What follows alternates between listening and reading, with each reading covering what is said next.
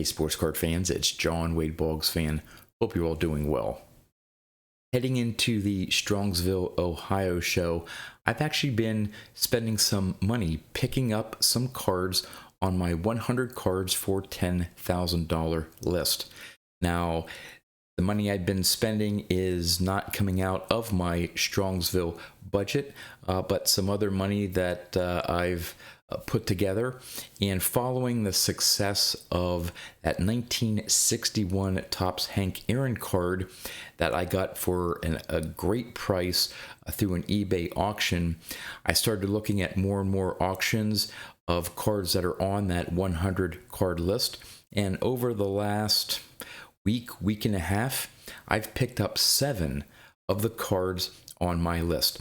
Now in this video, I'm just going to be showing off one card. I will have a couple other videos showing off a card on that list that I've picked up ahead of the Strongsville show, and then following Strongsville, I'll have a few more videos in line showing other pickups. But this one here, which is the 4th card on my 100 cards for $10,000 list, is the 1974 Topps Pete Rose. So I'm going to turn the camera around, show off that card and some of the other Pete Rose cards I have from the 1970s. So let's go check it out. All right, here is the example of the 1974 Topps Pete Rose that I picked up. Managed to get a PSA 7. Really liked the centering on this. Interesting pose. I think many people have commented on Rose's 74 Topps card. Looks like he's maybe doing like a drag bunt, trying to get on first base there. But again, really like the centering on this. There are no print marks or those fish eyes or anything like that. Nice and clean. The back's maybe a little off center, but again, nice and clean.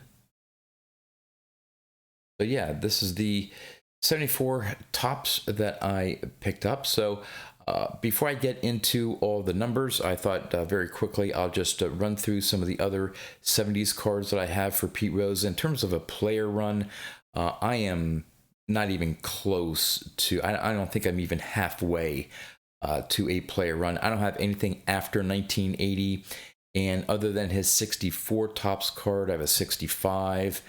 I don't think anything else in the 60s, and I'm missing some in the 70s. So in addition to this 74 Topps, I do have his 73. So I'm missing his 70, 71, and 72. I have this one here in a PSA 6. And then I'm missing his 75 as well. All of those are on my 100 cards for $10,000 list. Here's his 1976 in a PSA 6. Really like that image there of the sunglasses under the cap. I have his 77, also in a PSA 6. Then I have his 78. This one here, of course, with being the 78 cards here, I have that one in a PSA 9. And then finishing up the 70s, I have a 1979 in a PSA 8. But let's get back to the card in question here, his 74 Topps. So as I've been doing with my 100 cards for $100,000 list, whenever I pick up a card, I'll let you know what I originally thought I would have to spend, what I did spend, my total so far, and so on. So on my 100 cards for $10,000 list, I estimated actually that a PSA 7 would cost me $90. Now for the 3 previous cards that I've picked up, I believe I've dropped down at least 1 grade from what I had on the list. Again, in a way to save some money and still get a nice looking card. But here I was able to pick up a card in the grade that I had on my list and was able to save some money. Now I didn't necessarily look on purpose for a PSA 7. This one just happened to be up for auction, And again, I think I got a really good deal. I had estimated that a PSA 7 would cost me $90 all in.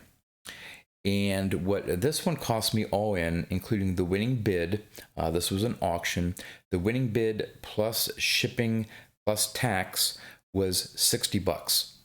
So I got the card in the grade on my list. Again, the grade number doesn't really matter to me, but it just happened to be the grade that was on the list, and I saved $30.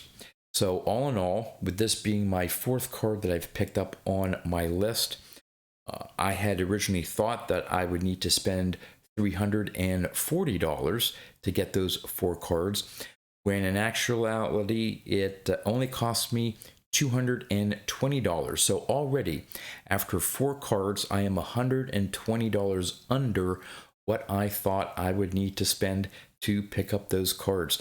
So again, I'm really trying to be very budget conscious. I don't want to spend $10,000.